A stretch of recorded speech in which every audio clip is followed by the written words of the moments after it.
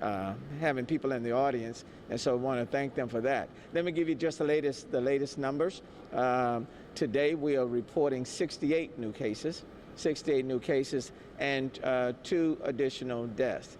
And that brings the death count in the city of Houston to 16. 2 cases. One is a woman in her 90s, African American, and the other is a Hispanic in his 50s, both with underlying medical conditions. So all 16 of our cases, persons with underlying medical conditions. That brings the total count in the city of Houston to 2,063. And one thing I will simply note, yesterday we reported 615 new cases. That because we had several labs that were reporting their backlogs all at one time.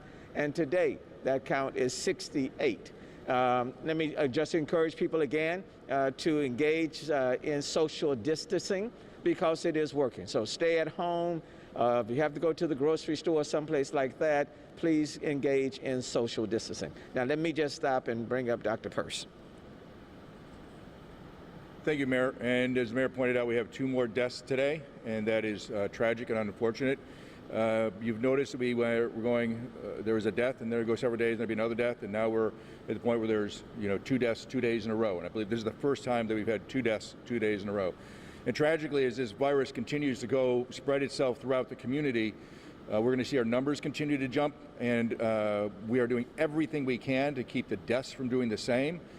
But the public needs to do their fair share, and I know that they have, but we need to continue working hard. The virus clearly doesn't care. It is clearly dangerous. It is causing the greatest impact on the elders and people with chronic disease. We're also seeing that people of color are suffering particularly more from this virus and its worst impacts, which is death. All of these cases, the deaths are what we were calling, these are COVID related, which means, and as the Mayor has pointed out, these are all individuals who've had underlying disease.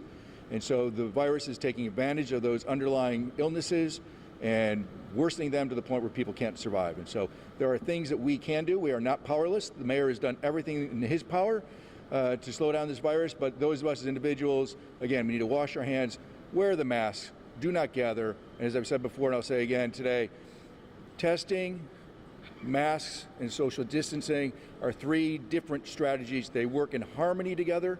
They do not overlap. Just because you're wearing a mask does not mean that you can gather in groups.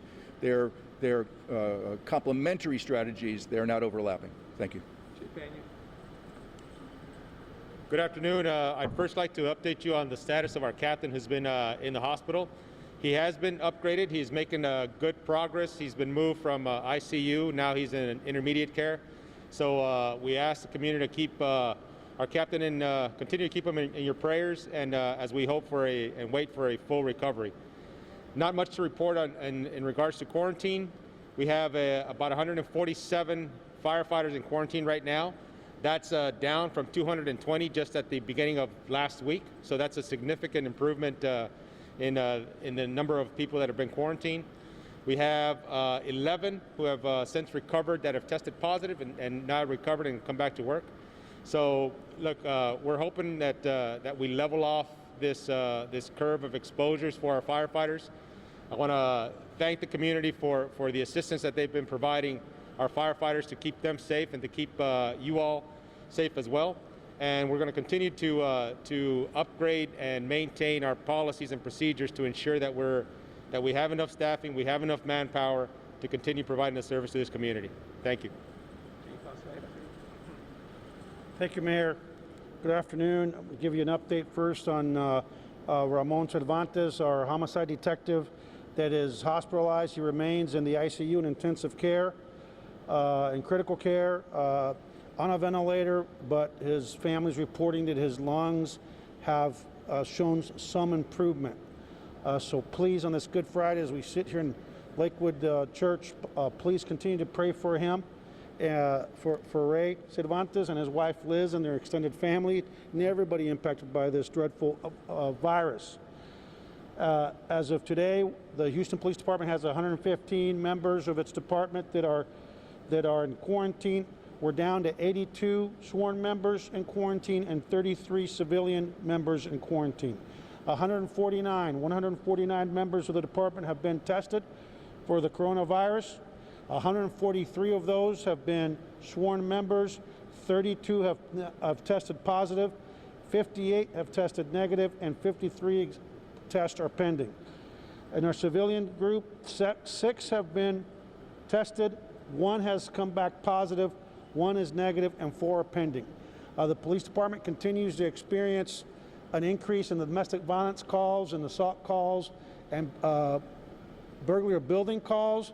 And in the last 3 days, what we're seeing is that our call volume is starting to come back to normal levels. So we ask people to please continue to use good judgment, to give each other space, but please know that we are fully operational and able to respond to any eventuality.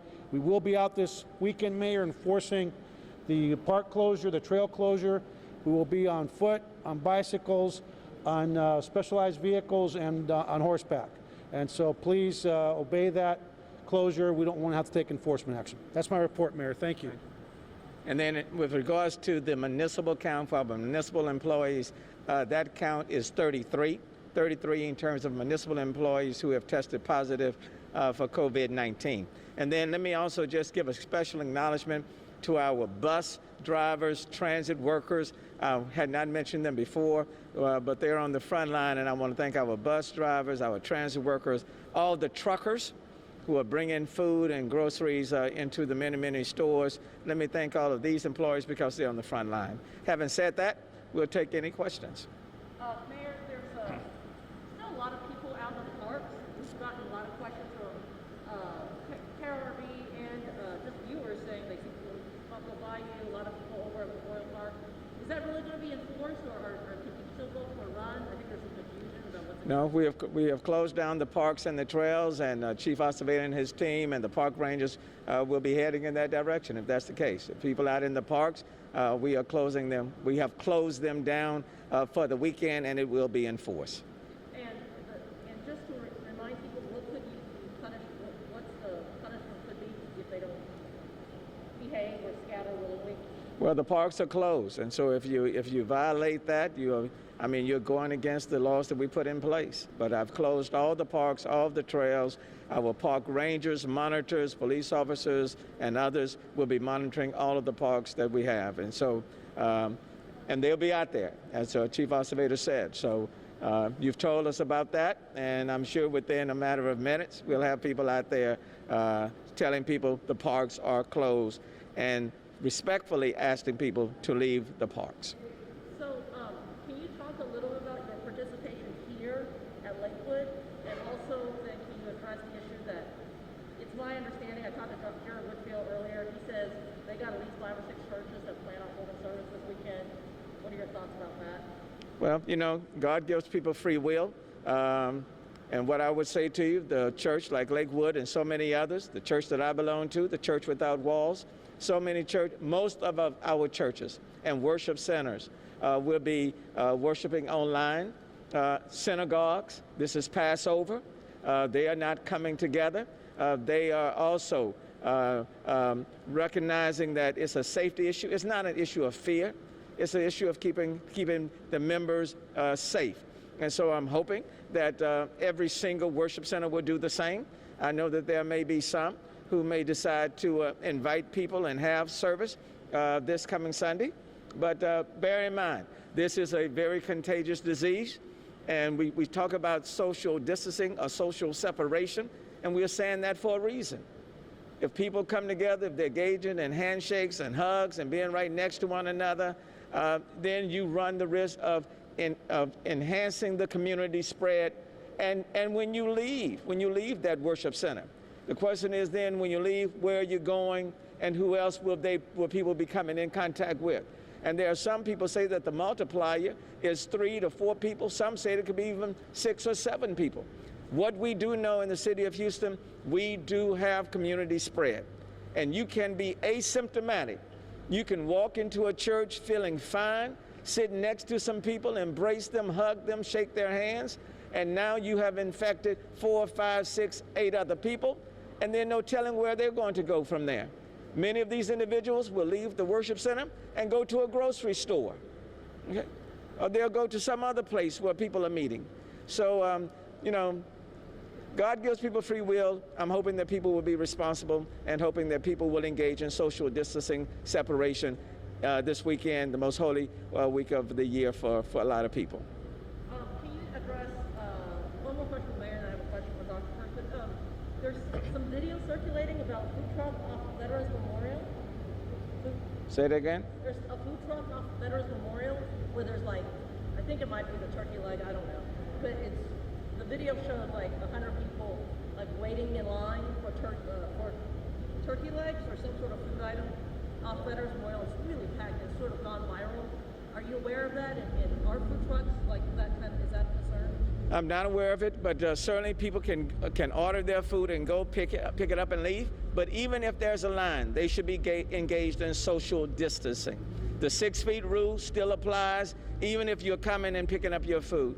And we'll take a look. If somebody will let us know where those locations are, we'll make sure that we send people out to those particular locations to make sure that they are engaged in social distancing.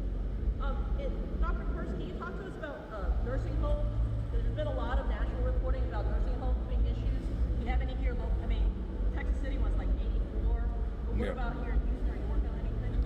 So first of all, in our partners with SETRAC, the Southeast Texas Regional Advisory Council, back in early April, we did basically a webinar with all of the nursing homes, assisted living centers, long-term care facilities in a 25-county region.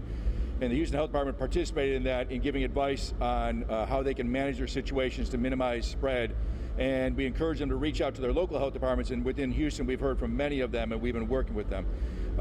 There is a nursing home locally where we have a small number of cases, but we are now working with them, and we're trying to work with them to get all of the residents tested and all of the employees tested. So that is very fresh, it's very new, it's very starting. The number of cases that we know of remains small compared to the population there, but the investigation is just beginning. It's about 48 hours old or so. What can you tell us about that? Well, at this point, all I can tell you is basically what I just told you. I hesitate to give you any numbers because the testing isn't complete yet. So we've only got part of the testing done and part of the results back. So I hesitate to give you any numbers. But of what we know, we've got, like any other situation, it started off with one case, and then there's a second case, and so we're now testing. So in that location, we got 2 cases that we know that are symptomatic, and we have some other tests back that have people who are not with symptoms but have tested positive. We have a larger number that have come back where the tests are negative, so that's good news. But as we get more information about that, we'll come forward. So that one's just starting. And here's the other thing. It's not a huge surprise. We've seen this elsewhere in the nation, that nursing homes are particularly vulnerable locations for the virus to have an advantage. So we've been anticipating this, and hence that's why we worked with SETRAC several weeks ago to get the word out to all the nursing homes. And so, go ahead, Mike. No, what I will say is that I've talked with Dr. Person, I've talked with Chief Pena, and with Chief Bunick, who's over of Office of Emergency Management. And I've instructed Chief Bunick to reach out to all of our senior living facilities and nursing homes in the city of Houston. And there are certain things that we are going to require. Number one, we don't want the employees of a senior living facility, a nursing home, to go from one facility to another. We want those employees to be stationary at one facility so that they're not, if they are infected, that they are going to another senior living facility or nursing home. We want everybody's temperatures to be taken of employees. That's going to be critically important. We want all of the employees to be wearing masks. So there are certain protocols that we want in place. And Chief Bunick is already making contact with all of our senior living facilities and nursing homes because we want these protocols put in place. And I'm going to put forth the directive that these are the things that must occur. Hey, can you just talk, can you just share a little bit about, give us a preview of the message you're trying to share here at Lakewood? At Lakewood, number one, this is a resilient community. And, number one, secondly, wanted to thank Houstonians and others for staying at home, working safe, engaging in social distancing. What we are doing is working. I mean, it is working. When you look at the national number, the people who have lost their lives, that number is I think, over 18,000 people. When you look at the city of Houston as of today, that number is 16. And though you don't want to lose one, I mean, we have contributed a very small percentage to that overall death count. Wanted to thank our first responders, healthcare providers, people who are on the front line. And the message is God will see us through. This is not our first challenge. We've gone through Tropical Storm Imelda, Tax Day floods, Harvey, and now this, and this too shall pass, and our faith will see us through. And my destiny is in your hands, your destiny is in mine, but ultimately, God is in control. That's the simple message. Mayor, I have a question from Univision. Governor Abbott is holding a press conference right now and just said that Harris County is a big concern of his, and that Harris County is behind Dallas and Bexar counties in the containment of the virus. What measures is Houston taking to contain the virus? Well, I don't know about all of that. I will tell you that this region, there are more people in this region than in the Dallas County region. This is the largest city in the state of Texas. All of the containment measures that have been taken place in Dallas County, Tarrant County, Travis County, we've taken place here. We closed down the rodeo. We took that initiative back on March the 11th. We closed down conventions and conferences in the first week in March. We put in place, for example, a ban on restaurants, nightclubs, and other facilities of that nature. That was done on March 17th. On March 24th, we also said stay home and work safe. All of these initiatives took place. We took them unilaterally before the state even ordered any of those initiatives to take place. So all of the containment measures we have done. If you look at what our death number is today, the largest city in the state of Texas, and the fourth largest in the United States, and we have 16. So I think those numbers speak for themselves. I think the numbers are working. I would point the governor and others to the Kinder Institute in terms of the factual data. And we are able to take care of all of those cases within the healthcare delivery system ability to handle those cases. And they have not gone to surge capacity. So, this is not a time. What we do need from the state and other places, we need supplies. We need more testing. We need the state to provide us with more testing capabilities. And that's what's critically important. And that's what we need. Thank you.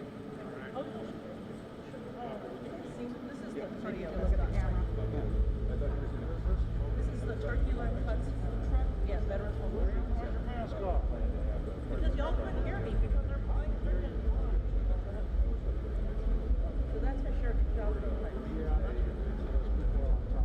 don't know if somebody wants to go out there. Where's this memorial? Veterans Memorial. It's wherever they have. I have 11,000. That's the first time I've heard that doing charts. Turkey, it's turkey leg. Turkey leg cut talking about each county and the big city. And then he got to Houston here. That's what he said. That's according to Univision. That's outside? That's